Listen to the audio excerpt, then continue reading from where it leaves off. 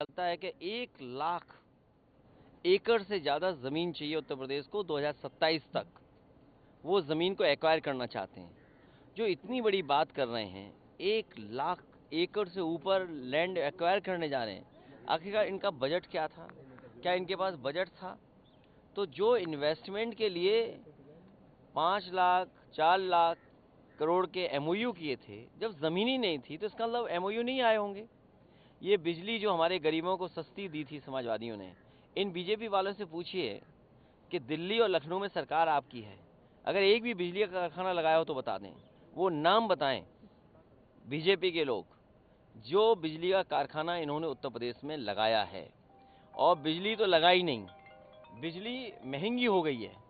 तो जो सरकार बिजली महंगी करती हो, जो सरकार इलाज न दे पा रही हो, आखिरकार डिप्टी सीएम की भाषा क्यों बदल गई, व्यवहार क्यों बदल गया?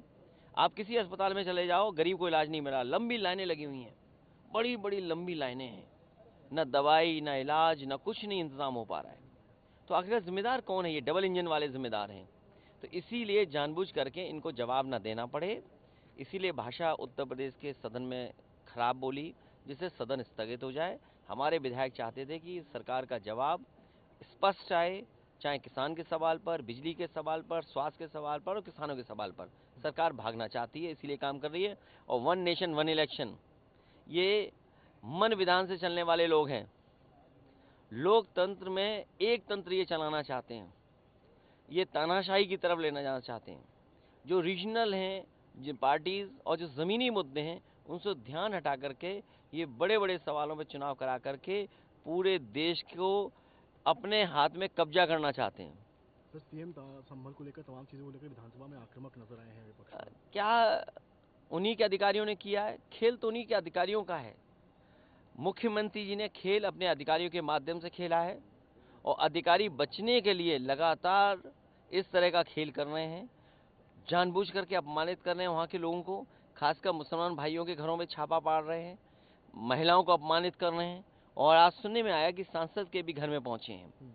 उनके ऊपर भी मैं तो कहूँगा कि भारतीय जनता पार्टी और खासकर मुख्यमंत्री जी अपने भारतीय जनता पार्टी के लोगों की भी जांच करें। वो भी बड़े पैमाने पर बेईमानी कर रहे हैं, बड़े पैमाने पे बिजली चोरी कर रहे हैं। और अभी अभी हाल में उत्तर प्रदेश में जहाँ जहाँ छापे पड़े हैं, जहाँ जहाँ बड़ी बड़ी कंपनियों पर छापे पड़े हैं, वो सब बीजेपी वाले थे लोग।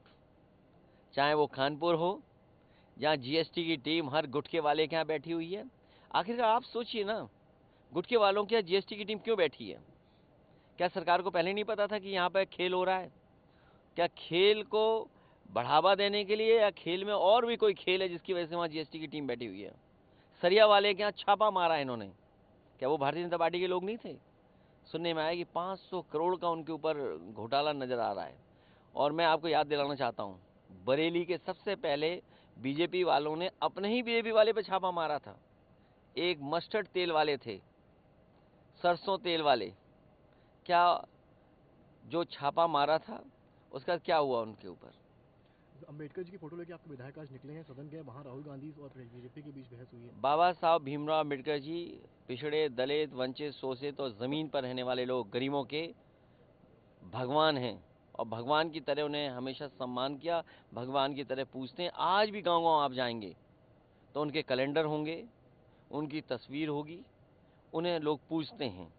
भारतीय जनता पार्टी के वो लोग हैं जो पिछड़ों से, दलितों से, आदि आबादी से, आदिवासियों से, अल्पसंख्यक से और खासकर पीडीए के लोगों से नफरत करते हैं।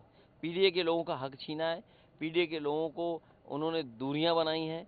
पीडीए के लोग ही भगवान मानते हैं बाबा साहब अम्बेडकर जी। मैं विधायकों को धन्यवाद देता हूं कि बाबा साहब के सम्मान में वो इस तरह निकले। सर, अमित शाह ने जिस तरह से सदन में उनका बार बार नाम लिया, उनको आ, नाम लेना क्या है, वो उनके मानते ही नहीं, सम्मान ही नहीं देना चाहते हैं, इसीलिए इस तरह की भाषा इस्तेमाल कर रहे हैं।